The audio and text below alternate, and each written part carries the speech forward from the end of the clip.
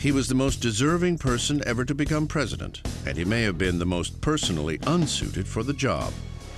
John Adams had a miserable presidency. It began on a gloomy March day in Philadelphia, 1797, at his inauguration. Everybody is very moved to see the great hero George Washington leave the stage.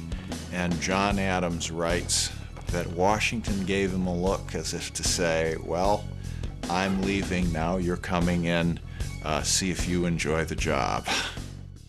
Number 2, John Adams, Federalist, 1797 to 1801. 61 years old, from Massachusetts. If you think about following George Washington, how does one follow a person who is the American Cincinnatus? Oh my God, can you imagine how poor John Adams must have felt upon succeeding to the presidency, to follow this man. He was Harvard educated, yet insecure, enormously ambitious, yet oddly humble. Adams is a wonderful character. I mean, you've got to love him.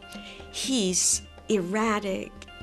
One day he's up, one day he's down. I think there may have been a little imbalance there in his system. He craved fame and power, but he always pulled himself back and said, no, I must make sacrifices for my country. Some days he thought he was on top of the world, and other days he thought he was just the lowest failure on earth.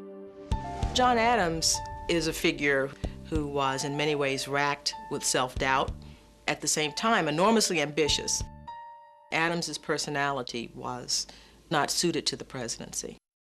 John Adams certainly had the political pedigree to be president. He was a signer of the Declaration, a member of the Continental Congress, minister to France and England, and America's first vice president. And yet, as a leader of men, John Adams' management style was problematic at best. During his administration, Adams is heavily criticized for his pretentiousness as a man who was kingly in a way that George Washington never was. He was a very, very opinionated man, and he was sure that he was right and did not accept counsel as well as other presidents have. Adams was also prone to fits of anger, which he unleashed on subordinates. This is just not the way an effective executive deals with the people under him. Two issues defined Adams' presidency: the XYZ affair and the Alien and Sedition Acts.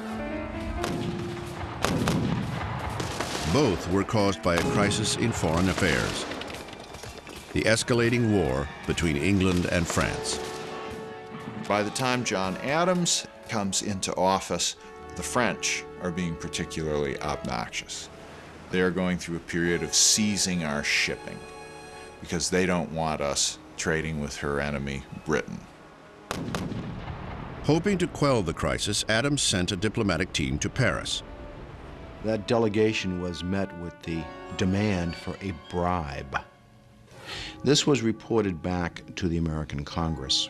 Instead of referring to the Frenchmen who demanded the bribe by their correct names, they were simply referred to as X, Y, and Z.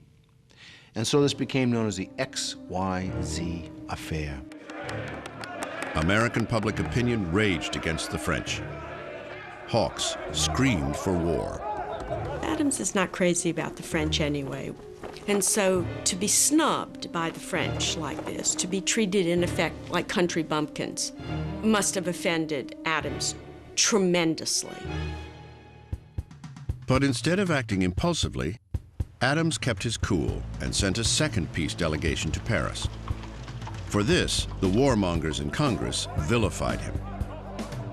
Adams had the courage to stand against these men. Indeed, he stood against most of the men in his own party, the Federalist Party, but he was firm and adamant in seeking a peaceful solution. Adams would reach his peaceful solution in 1800 when France and the United States signed the Treaty of Mortefontaine. But this wouldn't happen before Adams made the worst decision of his presidency. In the midst of our difficulties with France, there were a great many dissident voices within America. Men, newspaper editors, some politicians, who were voicing their distress with the policies of the Adams government.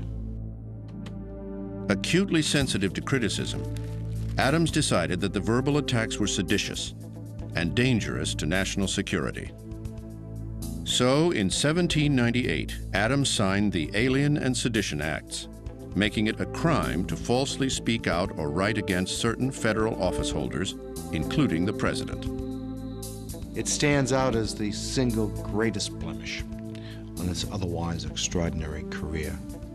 It fed into this image of Adams as the aristocrat, as Adams having this tinge of royalty, of arrogance.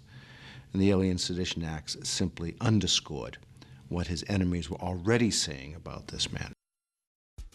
Sadly, Adams' support of the Alien and Sedition Acts overshadowed the treaty with France. But the importance of his diplomacy cannot be forgotten. It was a monumental achievement and one of those great turning points. For had we not made peace with France, had Adams succumbed to the pressure to go to war, the history of America would have been very, very different. Significantly, the threat of war with France was the impetus for the one legacy of Adams' presidency. John Adams is the father of the American Navy. It was Adams that understood that if America was to defend her shores, that it was necessary to have a Navy. By creating the Department of the Navy, Adams became the first U.S. president to add a secretary to his cabinet. But even the U.S. Navy could not save John Adams from himself. He had alienated many members of Congress and men of his own party.